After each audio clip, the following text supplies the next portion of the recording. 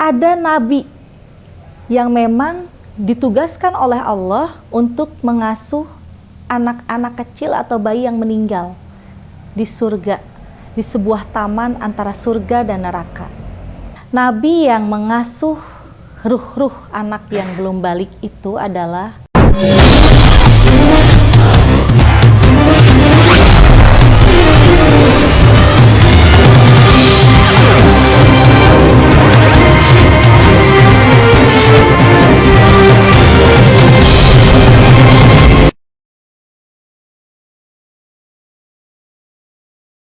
Assalamualaikum warahmatullahi wabarakatuh. Jumpa lagi dengan saya Anggra Putri Tania. Dan kali ini saya akan membahas tentang ruh anak bayi atau anak kecil yang sebelum balik, yang meninggal, ruhnya ditempatkan di mana. Sebelum kita lanjut, jangan lupa like, share, and subscribe IMP Entertainment News Channel. Terima kasih. Ya sahabat IMP, banyak sekali versi yang menanyakan tentang di mana keberadaan ruh anak kecil atau bayi yang meninggal. Belum ada dalil yang jelas yang beredar di zaman sekarang, karena di sini ada yang terlupakan di dalam kitab Asban Nabasan. Di dalam kitab tersebut itu pengarangnya adalah Muhammad Zulkifli. Di situ tercantum bahwa ada nabi yang memang ditugaskan oleh Allah untuk mengasuh anak-anak kecil atau bayi yang meninggal di surga, di sebuah taman antara surga dan neraka. Siapakah nabi tersebut? Di sini jarang sekali ada yang membahas. Bahkan bisa dikatakan orang kebanyakan tahu kalau misalkan bayi atau anak kecil yang sebelum balik itu meninggal, katanya itu adalah tabungan atau celengan surga untuk kedua orang tuanya. Nah, di sini tercantum juga di dalam hadis Rasulullah SAW, tidak semua seperti itu. Anak yang menjemput kedua orang tuanya di surga itu khusus untuk orang tua yang mukmin. Karena kalau misalkan orang tuanya mukmin, di saat mempunyai anak yang meninggal dunia, itu jelas udah jaminannya surga. Karena anak tersebut akan memohon kepada Allah dan berbicara kepada Nabi Ibrahim alaihissalam untuk tidak dipisahkan dengan kedua orang tuanya. Nah, di situ insya Allah akan terkabul doa tersebut karena memang sudah tercantum di dalam hadis. Nah, di sini Nabi yang mengasuh ruh-ruh anak yang belum balik itu adalah Nabi Ibrahim alaihissalam dan Ibu Siti Sarah. Beliau ditugaskan oleh Allah Subhanahu wa taala untuk merawat, menjaga, mengasuh anak-anak tersebut. Dan tinggal di mana Nabi Ibrahim alaihissalam bersama Ibu Siti Sarah? Tinggal di jembatan taman antara surga dan neraka yang disebut Taman Marwah dan Taman Aufan. Di situ taman yang sangat indah, taman yang serba ada, di mana anak tersebut yang meninggal, ruhnya ditempatkan di sana dengan bunga-bunga yang sangat indah dan menjadi pelayan surga. Golongan anak-anak yang meninggal itu masuk ke dalam golongan Taman Marwah dan Aufan itu khusus untuk semua anak-anak yang meninggal, baik dari golongan orang mukmin ataupun juga dari golongan orang musyrikin. Di sini yang berhak, orang tua yang berhak masuk ke surga itu adalah orang tua yang mukmin. Tetapi untuk golongan orang tua yang musyrik itu tidak akan bisa masuk surga karena tetap Allah akan menimbang amal baik dan amal buruknya di hari penghisaban. Di sini pun juga di saat kita mempunyai anak yang meninggal, kita bisa menawasuli anak tersebut dan juga pengasuhnya, yaitu Nabi Ibrahim alaihissalam dan juga Ibu Siti Sarah. Karena di saat kita menawasuli beliau, di situ akan selalu tersampaikan doa kita kepada beliau dan beliau akan ikut memunajatkan doa kita kepada Allah Subhanahu wa taala. Yang dimana nanti anak kita yang meninggal itu bisa menyebut kita di pintu surga Firdaus. Selama anak kita meninggal, di situ kita harus mempunyai iman yang sangat kuat, harus mempunyai kesabaran, ketawakalan, keikhlasan, dan jangan pernah meneteskan air mata kesedihan.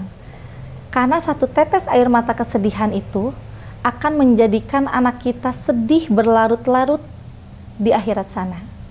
Itu tercantum di dalam kitab Asban.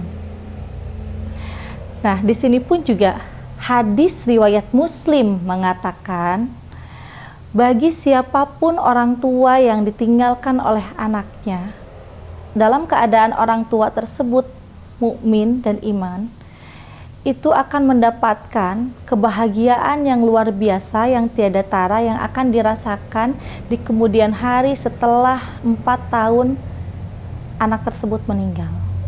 Karena Allah akan memberikan ganti kebahagiaannya dalam keadaan yang disebut kebahagiaan duniawi. Jikalau kita melihat adanya sepasang orang tua yang ditinggalkan anaknya meninggal tetapi masih dalam berlarut-larut dalam kesedihan, berarti di situ perlu dipertanyakan. Ada apa? Apakah ada satu tetes tangisan atau orang tersebut masuk ke dalam golongan kaum musyrikin? Nah, di situ kita harus bisa memberikan nasihat kepada orang tua tersebut agar ruh anak yang meninggal itu bisa tenang. Karena semua anak, baik itu anak yang dilahirkan oleh sepasang halal ataupun juga anak yang dilahirkan dalam keadaan hasil hubungan haram, itu akan disamakan derajatnya di mata Allah Subhanahu wa taala, diangkat ke Taman Marwah dan Taman Aufan. Nah, di sini mungkin nanti akan banyak yang bertanya, loh kenapa hasil anak dari jinah bisa masuk surga juga dan bisa ditempatkan di Taman Marwah dan Taman Aufan? Itu jelas hadis Rasulullah Shallallahu Alaihi Wasallam di saat Imam Umayyad menanyakan kepada Kanjeng Rasul, wahai Rasulullah, kami bertemu dengan salah satu anak yang meninggal dalam hubungan haram perzinahan. Lalu bagaimana nasib anak tersebut? Apakah anak tersebut ruhnya dimasukkan ke dalam neraka? Di situ Rasulullah Shallallahu Alaihi Wasallam menjawab, tidak ada anak kecil yang belum balik masuk ke neraka, baik dari hubungan apapun, baik buruk ataupun baik.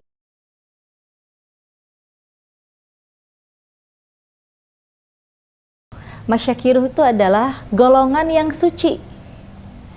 Karena anak yang lahir dari rahim seorang ibu hasil perjinahan itu tetap akan suci di mata Allah, karena anak tersebut itu suci fitrah dan belum melakukan kesalahan-kesalahan di muka bumi ini. Karena sebelum balik meninggalnya. Beda halnya dengan setelah balik. Kalau setelah balik itu akan dipertanggungjawabkan antara amal baik dan amal buruknya. Sungguh luar biasa ya. Allah itu maha penyayang, maha pengasih kepada setiap makhluknya. Nah, bagaimana dampak kedua orang tua yang melakukan zina di saat anak itu meninggal dunia? Sangat keji perbuatannya di mata Allah, dan itu juga tercantum di dalam kitab Tikafir Al-Musyawarah, bahwa di dalam kitab tersebut pengarangnya adalah Syekh Ahmad Mufarik. Di situ tercantum di dalam bab 35. Sungguh sangat rugi kedua orang tua yang melahirkan tanpa pernikahan yang syah.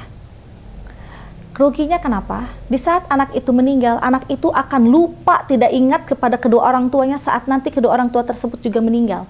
Bahkan di akhirat aja nanti tidak akan mengenal. Yang ada, anak tersebut akan menyuruh para malaikat untuk memasukkan kedua orang tuanya itu ke neraka jahanam. Karena anak tersebut akan melihat kedua orang tuanya itu dengan seperti melihat setan. Karena anak itu nantinya ketakutan di akhirat di saat melihat ruh kedua orang tuanya.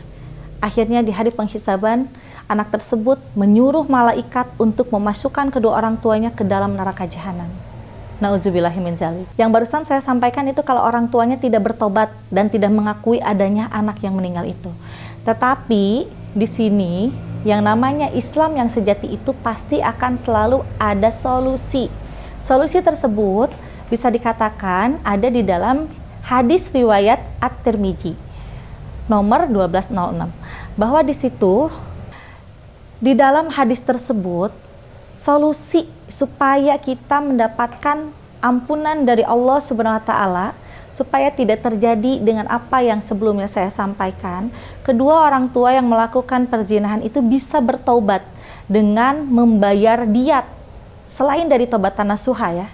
Selain dari taubatan nasuha itu harus membayar diat. Diat itu adalah, kalau di bahasa sekarang ini, denda. Denda telah melakukan kesalahan. Tetapi kalau di dalam Arabnya itu adalah diat ya. Diat itu bisa dikatakan ada diat janin, diat musyawarah, ada juga yang disebut dengan diat mutakilah. Nah, ini yang harus dibayar itu adalah diat mutakilah. Diat mutakilah itu wajib dibayar oleh keduanya. Walaupun kedua orang tua tersebut itu tidak terjadi menikah, contoh si ibunya itu udah nikah dengan orang lain, ataupun juga si bapaknya itu udah nikah dengan orang lain, itu wajib membayar. Karena kalau misalkan tidak membayar, janji Rasulullah SAW, kedua perbuatan orang tua tersebut tidak akan pernah mendapatkan ampunan dari Allah walaupun sudah melaksanakan taubatan nasuha. Karena diat itu sangat penting. Karena diat itu, hak bagi penerimanya itu adalah dua pak. Dua paknya yang seperti apa? Diat mutakilah itu berhak didapatkan oleh dua pak jompo, berarti tua renta. Nah, diat tersebut itu dipakai untuk apa?